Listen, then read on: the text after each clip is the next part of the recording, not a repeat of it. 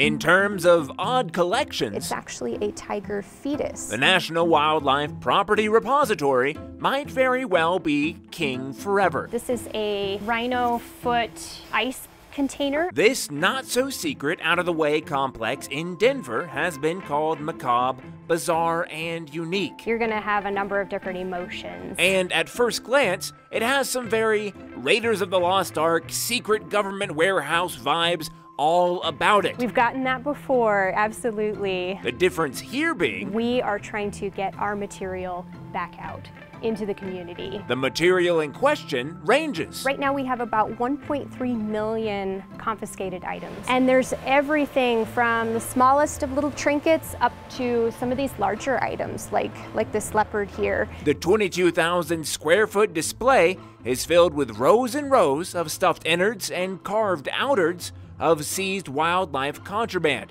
much of it coming from endangered species, all of it commercialized illegally. These boxes on this pallet here contain the result of one seizure that we had. Other seizures have brought in rhino heads, elephant trunks, lion mounts, hundreds of reptile skin boots, and other animal skin products. And then the other piece that is here, this is probably a juvenile, a baby rhino foot there. And then there's this row. One of the aisles that people can appreciate a little bit is the big cat aisle here. Displaying dozens of severed heads and hundreds of pelts, products all illegal and all of cat.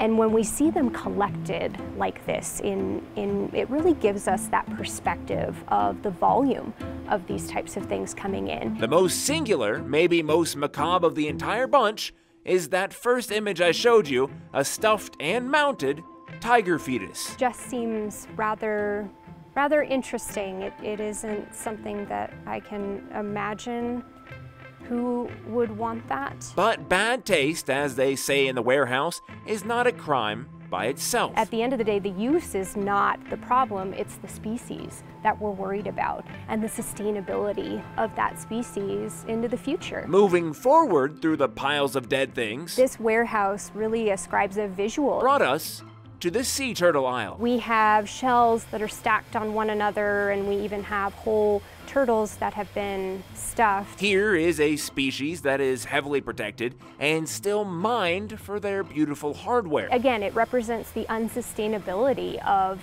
the trade. So at this point, now that we've seen a gratuitous amount of trafficked animal pieces, you never know what is going to come in next. You might be wondering why our government has this regularly stocked, semi-secret house of animal curiosities. We really want these items that are seized and confiscated to be repurposed to help educate people about the species rather than just have them be contraband. That answer dates back a few decades when the warehouse was first established, starting a continuous mission of public education. Back then, often, once government employees seized illegally commercialized wildlife items, they stored them. The value of maintaining those was kind of established, and so the collection grew from there. Over the years, that stockpile grew too large to be managed by its then current volunteer team, and the NWPR was created to deal with it. Even so, we can't accept every single confiscation.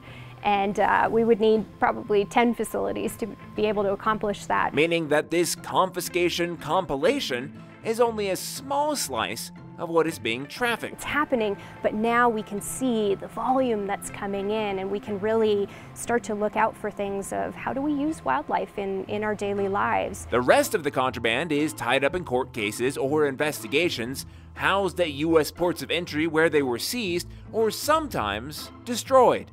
But once they're here, what happens? The short answer is they don't always stay. If we're able to get this back out into the hands, it's that ripple effect. Each year, the very few full-time employees at the NWPR send some of the items, thousands, back out to libraries, schools, museums, and other conservation-minded groups, bringing these lost animals new life. And so just walking through this warehouse, you're not able to see the good that comes from this and the benefit that this material has. So I think that's what That is really what gives me hope, and I hope that people leave here with a bit of that sense of optimism. The final goal is to be able to educate people about wildlife, and at the end of the day, that helps us accomplish our mission.